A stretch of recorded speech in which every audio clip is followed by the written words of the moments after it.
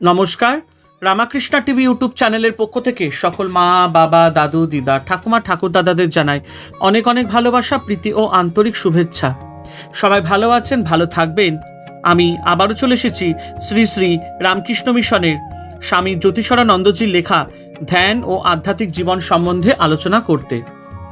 আজকে আমরা আলোচনা করব কর্তব্য ও স্বার্থবোধ সম্বন্ধে, এবং এই সম্বন্ধে স্বামী জ্যোতিষরানন্দ মহারাজজি খুব সুন্দর করে আমাদের কাছে বিশ্লেষণ করেছেন। স্বামী বিবেকানন্দ যেমন নির্দিষ্টভাবে বলেছেন যে আমাদের তথাকথিত কর্তব্যবোধ প্রায় ব্যাধিতে পরিণত হয়। কর্তব্য আমাদের পক্ষে রোগ বিশেষ হয়ে পড়ে এবং তা আমাদেরকে সবসময় সামনের দিকে টেনে নিয়ে যায়। কর্তব্য আমাদেরকে ধরে রাখে এবং আমাদের সারা জীবনটাই দুঃখপূর্ণ করে তোলে। এই মনুষ্য জীবনের ধ্বংসের কারণ এই কর্তব্য বুদ্ধি গ্রীষ্মকালের মধ্যাহ্ন সূর্য, তা মানুষের অন্তরাত্মাকে দগ্ধ করে দেয়। এই সব কর্তব্যের হতভাগ্য কৃতদাসের দিকে ওই চেয়ে দেখো। কর্তব্য বেচারাদের ভগবানকে ডাকবার অবসরটুকুও দেয় না, স্নানাহারের সময় পর্যন্ত দেয় না। কর্তব্য যেন সর্বদাই তাদের মাথার উপর ঝুলছে। তারা বাড়ির বাইরে গিয়ে কাজ করে, তাদের মাথার উপরে কর্তব্য। তারা বাড়ি ফিরে এলো, আবার পরদিনের কর্তব্যের কথা চিন্তা করে। কর্তব্যের হাত থেকে মুক্তি নেই। এই তো কৃতদাসের জীবন। অবশেষে ঘোড়ার মতো গাড়িতে জোতা অবস্থায় ক্লান্ত অবসন্ন হয়ে পথেই পড়ে গিয়ে মৃত্যুবরণ করে। কর্তব্য বলতে লোকে এই রকমই বুঝে থাকে। অনাসক্ত হওয়া, মুক্ত পুরুষের মতো কর্ম করা এবং সমুদয় কর্ম ঈশ্বরের সমর্পণ করাই আমাদের প্রকৃত কর্তব্য। আমরা কর্তব্যের কৃতদাস হয়ে পড়ি এবং সমস্ত জীবনকে দুঃখময় করে তুলি। আমাদের কর্তব্য কোথায় ও কিভাবে তা পালন করতে হবে সে বিষয়ে আমাদের সম্যক বোধ অর্জন করতে হবে। নিজ সমস্যার সমাধান করতে শেখার আগেই আমরা অপরকে সাহায্য করতে এগিয়ে যাই, ভালোবাসার তাগিদে নয়, আত্মতুষ্টির স্বার্থে।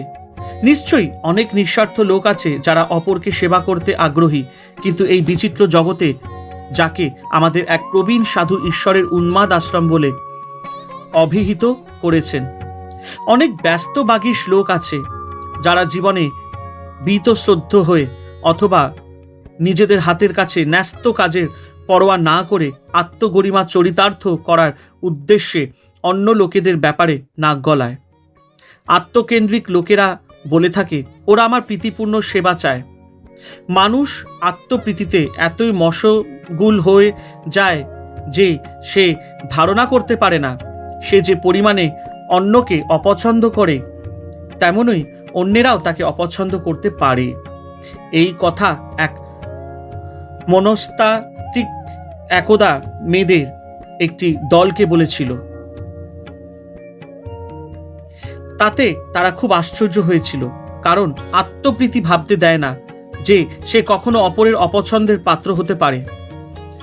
আর এক রকম আত্মকেন্দ্রিক লোক আছে যারা অপরকে সুখী করতেই খুব বেশি রকমের আগ্রহী বলে মনে হয়, ফলে প্রার্থনা বা ধ্যান করবার সময় পর্যন্ত তারা পায় না। তারা জগৎ উদ্ধারের কাজে লেগে পড়তে অত্যন্ত আগ্রহী। এর জন্য ক্লাবে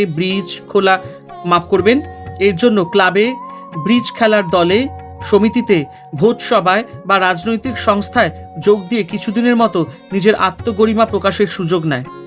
কিন্তু নতুনত্ব ঝরে পড়লে বা হইচই আর কাজে ভাটা পড়লে বিমর্ষ বোধ করেও অসন্তুষ্ট হয়। অত্যন্ত খোলাখুলিভাবে স্বামী বিবেকানন্দ বলেছেন, দাসত্বকে কর্তব্য বলে দেহের প্রতি দেহের অস্বাভাবিক আসক্তিকে কর্তব্য বলে ব্যাখ্যা করা কত সহজ। সংসারে মানুষ টাকা বা অন্য কিছুর জন্য সংগ্রাম করে, চেষ্টা করে এবং আসক্ত হয়। জিজ্ঞাসা করো কেন তারা তা করছে, তারা বলবে এটা আমাদের কর্তব্য। বাস্তবিক তা হলো কাঞ্চনের জন্য অস্বাভাবিক তৃষ্ণা মাত্র। এই তৃষ্ণাকে তারা কতগুলো ফুল দিয়ে ঢাকবার চেষ্টা করছে। স্বার্থপরতাকে ফুল দিয়ে ঢেকে রেখে আমরা অনাসক্তভাবে কোনো প্রকৃত কর্তব্য কর্ম সম্পাদন করতে এবং তাকে সংহত আধ্যাত্ম জীবনের অঙ্গরূপে পরিণত করতে পারি না। স্বার্থ সংজ্ঞাত কর্তব্য অনেক সমস্যা নিয়ে আসে ও বন্ধন সৃজন করে। হরে কৃষ্ণ কৃষ্ণ কৃষ্ণ হরে হরে, হরে রাম রাম রাম হরে হরে। জয় শিব শম্ভু, জয় দেবী দুর্গা দুর্গাতি নাশিনী, জয় মা কালী।